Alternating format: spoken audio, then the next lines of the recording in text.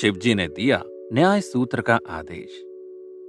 अब तक आपने देखा कैसे माता पार्वती ने अपने ही पति का दान कर दिया था और कैसे पुरोहित संत कुमार उन्हें अपने साथ ले जाने लगे। एहसास होने पर माता पार्वती ने अपने स्वामी महादेव को वापस पाना चाहा, पर संत कुमार उन्हें लौटाना नहीं चाहते थे। काफी कोशिश के बाद आखिरकार माता पार्वती को अपने स्वामी वापस प्राप्त हो गए। चलो दोस्तों, देखते हैं अपने पति महादेव को वापस प्राप्त करने के बाद आखिर माता पार्वती ने क्या किया और आखिर ये न्याय सूत्र क्या होता है और क्यों ऋषि गौतम ही उसका आधार बने। चलिए मिलकर देखते हैं।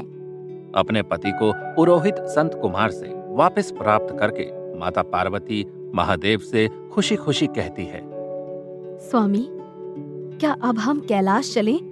कैलाश आपकी प्रतीक्षा कर रहा है। नहीं पार्वती, अभी मुझे कहीं और जाना है। कहाँ जाना है स्वामी? ऋषि गौतम के यहाँ। ऋषि गौतम के यहाँ? आखिर क्यों स्वामी? ऐसा भी क्या जरूरी कार्य है जो बाद में नहीं हो सकता? पार्वती, मैं चाहता हूँ कि ऋषि गौतम न्याय सूत्र की रचना करे। स्वामी, आपको ऐसा क्यों लगता है कि सिर्फ ऋषि गौतम ही न्याय सूत्र की रचना कर सकते हैं? और भी बहुत ऋषि हैं, बहुत बुद्धिमान व्यक्ति हैं, वो क्यों नहीं कर सकते? ऋषि गौतम एक बहुत महान ऋषि है और न्याय सूत्र आरंभ ही गौतम ऋषि के निजी जीवन से होगा, तो उसकी रचना भी उन्हें करनी होगी। चलो अब चलते हैं, काफी समय बातों में ही बीत गया। फिर माता पार्वती और महादेव ऋषि गौतम के यहाँ जाते हैं। महादेव, माता पार्वती, आप हमारे यहाँ, हम तो धन्य हो गए। अहिल्या, जाओ महादेव और माता पार्वती के लिए भोजन की व्यवस्था करो।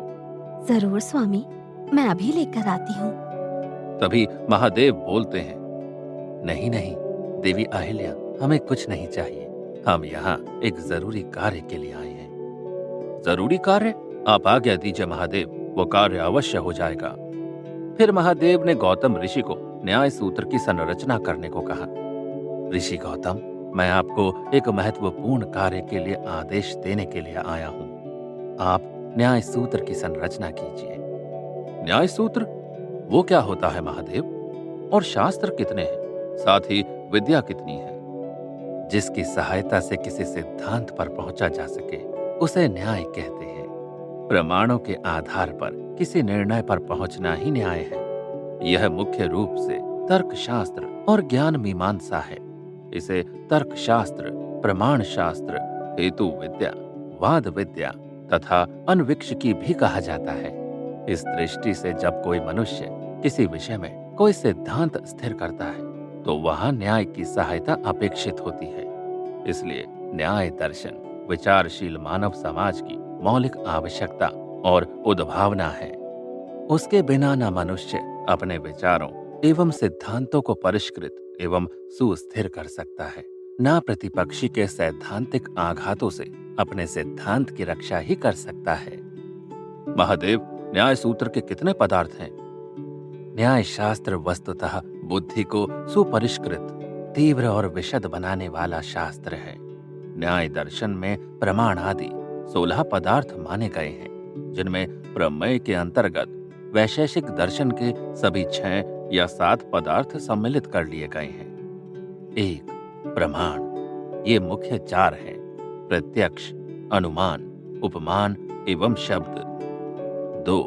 प्रमेय, ये 12 हैं: आत्मा, शरीर, इंद्रियां, अर्थ, बुद्धि, ज्ञान, उपलब्धि, मन, प्रवृत्ति, दोष, प्रेत भाव, फल, दुख और अपवर्ग।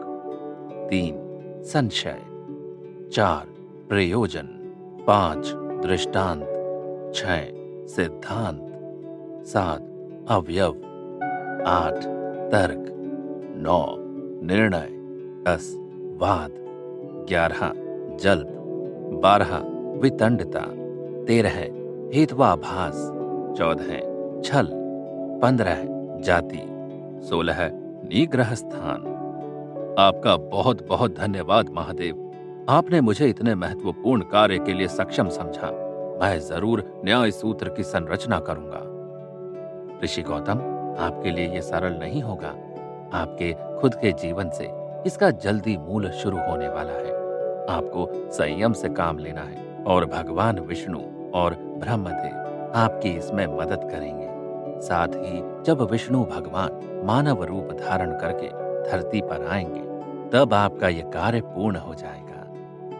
महादेव, आप चिंता मत कीजिए, मैं न्याय सूत्र की संरचना अवश्य करूंगा और विष्णु भगवान मेरे वास पर आएंगे। इससे बड़े और सम्मान की बात मेरे लिए क्या हो सकती है।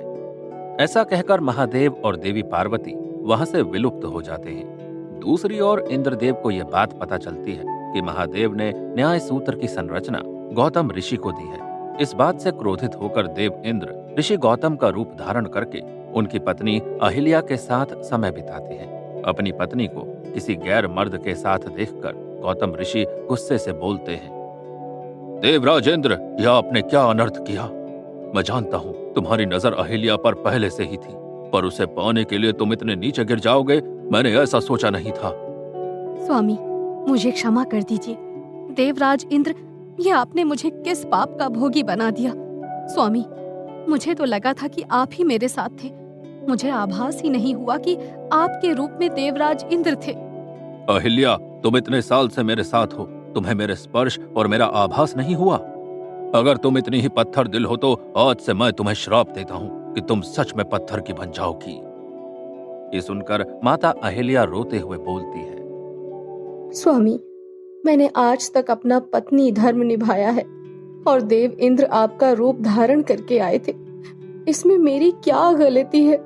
मुझे क्षमा कर दीजिए स्वामी, मुझे सच का बिल्कुल भी आभास नहीं था। ये बात सुनकर गौतम ऋषि बोलते हैं, ठीक है, जब विष्णु देव राम अवतार लेकर धरती पर आएंगे, उनके पवन पग से तुम्हारा श्राप नष्ट हो जाएगा और देवेंद्र, तुम्हारे इस पाप की कोई माफी नहीं है। मैं तुम्हें भी श्राप देता हूँ कि तुम अपना ये सुंदर रूप हमेशा के लिए खो दोगे, तुम कुरूप हो जाओगे। श्राप मिलने के बाद देव इंद्र कुरूप हो जाते हैं और ऋषि गौतम से माफी मांगने लगते हैं। ऋषि गौतम, मुझे माफ कर दीजिए। अगर मैं कुरूप हो जाऊंगा तो मेरा सिंहासन मुझसे छीन लिया जाएगा। मुझे माफ कर दीजिए। मेरा ये कुरूप देखकर सब देवता मेरा उपहास करेंगे, साथ ही मुझसे देवता होने का मान भी छीन लिया जाएगा। देवराज इंद्र, तुम इसी के योग्य हो। और रही बात क्षमा करने की, तो तुमने अहिल्या का अपमान करके आदि शक्ति का अपमान किया है। वही तुम्हें सजा या माफी देगी। मुझसे किसी माफी की उम्मीद मत करना। नहीं नहीं ऋषि गौतम, ऐसा मत बोलिए। आप तो ज्ञानी हो, ऋषि हो, क्षमा याचना देना आपका धर्म है। मुझे भी क्षमा कर दीजिए। देवराज इंद्र, यदि आप मेरी नजरों से अभी दूर नहीं हुए तो मैं नहीं जानता मैं तुम्हारे साथ क्या करूंगा। अभी तो सिर्फ कुरूप होने का श्राप दिया है। क्या तुम चाहते हो कि तुम्हारे साथ और बुरा हो? नहीं नहीं, मैं यहाँ से चला जाता हूँ। फिर अहिल्या पत्थर की बन गई और देवराज इंद्र वहां से चले गए। उसी दिन से ऋषि गौतम के न्याय सूत्र का आरंभ हो गया। उनके न्याय सूत्र से ही न्याय शास्त्र का इतिहास स्पष्ट रूप से प्रारंभ होता है। प्राचीन ग्रंथों में इस न्याय शास्त्र के कतिपय सिद्धांतों की चर्चा तो आज भी विशद रूप से उपलब्ध है। दोस्तों, आपको ये कहानी कैसी लगी? जानता हूँ मेरी तरह ही आपको भी बहुत अच्छी लगी होगी। वैसे आपको पता है इस कहानी से हमें क्या शिक्षा मिली? चलो मैं ही बता देता हूँ। इस कहानी से हमें शिक्षा मिलती है कि अगर हमारे मन में दृढ़ निश्चय है, छल कपट नहीं है, तो हम सब कुछ हासिल कर सकते हैं, जैसे ऋषि गौतम ने किया। वही अगर छल कपट है तो उसका फल भी बुरा ही मिलता है, जैसे देव इंद्र को मिला। वैसे क्या आप जानते हो घुश्मेश्वर ज्योतिर्लिंग की स्थापना कब हुई और आखिर किस कारण और किसकी वजह से घुश्मेश्वर ज्योतिर्लिंग की स्थापना हुई? ये सब जानने के लिए आपको हमारी कहानी का अगला भाग देखना होगा। तो चलिए मिलकर इंतजार करते हैं।